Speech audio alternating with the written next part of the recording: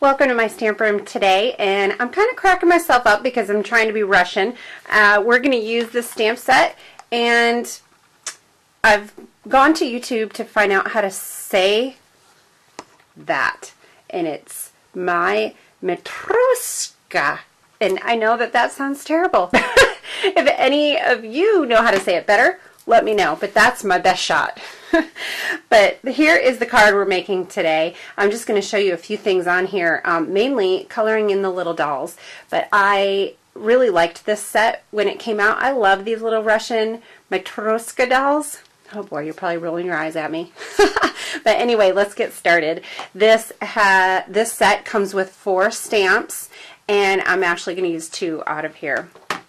I'm going to use my clear block. It's D.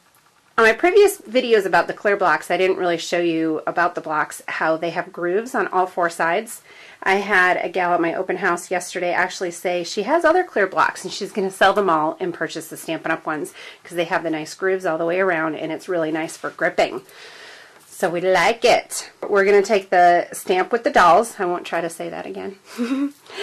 And I'm going to use the basic brown ink pad, and you want to use a waterproof ink pad when you are watercoloring because, of course, you're adding water and you don't want the ink to run. So if I used a water-based ink pad, it would cause my color to run when I color it in. I'm going to use, one of the colors is Bermuda Bay. What you're going to do is just squeeze your ink pad, and it gives you a little color palette to work with. So I'm using Bermuda Bay, certainly celery, crushed curry, and a little tiny bit of melon mambo. So to get my color, I'm going to use my blender pen. You get 3 blender pens for $9.95. It's basically a clear marker. It's water and glycerin, and you're just going to pick up color, and then you can color in with your blender pen.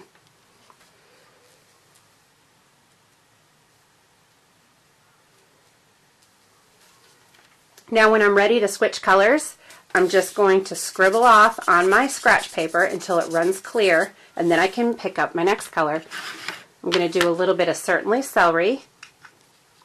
And a friend of mine is an art teacher, and she says to add, when you're watercoloring, just add a little bit of color at a time and just keep kind of going back in and adding color. I like to keep coloring with my marker until it gets light, and then I'll go back and pick up some more.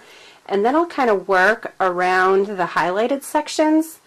I'll kind of put more color where the stamped image is, just to give some highlighting. Another trick I want to show you for watercoloring, I don't have a Blush Blossom ink pad. I know. So I bought the full color set of markers, so I have the Blush Blossom marker, and I'm just going to color on my stamp box. And then I can pick up color with my blender pen, and then I'll be able to color in their faces. Isn't that cool? So this is what my final product looked like with all of the watercoloring done. And then this little guy right here, I'm going to show you that real quick. Got a scrap of my Naturals Ivory cardstock, and I'm going to use this little flower here that came in that stamp set. I'm going to ink it up with crushed curry. Stamp it on there. Then I want to use a greeting. Here's the well scripted stamp set, and I'll pick one of the greetings out of there. And I want that to be a little bit darker, so I'm going to use my basic brown ink pad. Stamp it over top of my flower. I kind of like how that looks. That looks really pretty. And then my designer label punch fits in there perfectly. Then I used a piece out of my Hodgepodge hardware kit. This is Styled Vanilla. You can use the coordinating hardware, the label. I want to thread the ribbon through the little holes in the hardware. So I'm going to cut my ribbon to a really thin little point. Poke it through, pull it all the way, poke it through the other side. And then I'm going to put my label in between there. And to secure it, I'm going to use my Stampin' Up! Mini glue dots.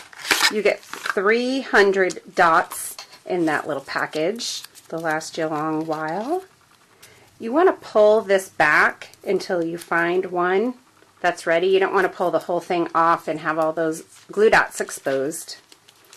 So I'm just going to use my glue dots.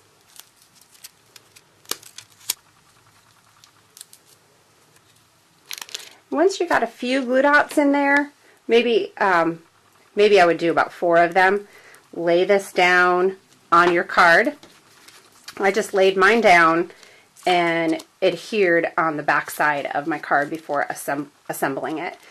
So I hope you like this card and you'll check out my website, www.catherinepooler.com. Have a great day. Thanks.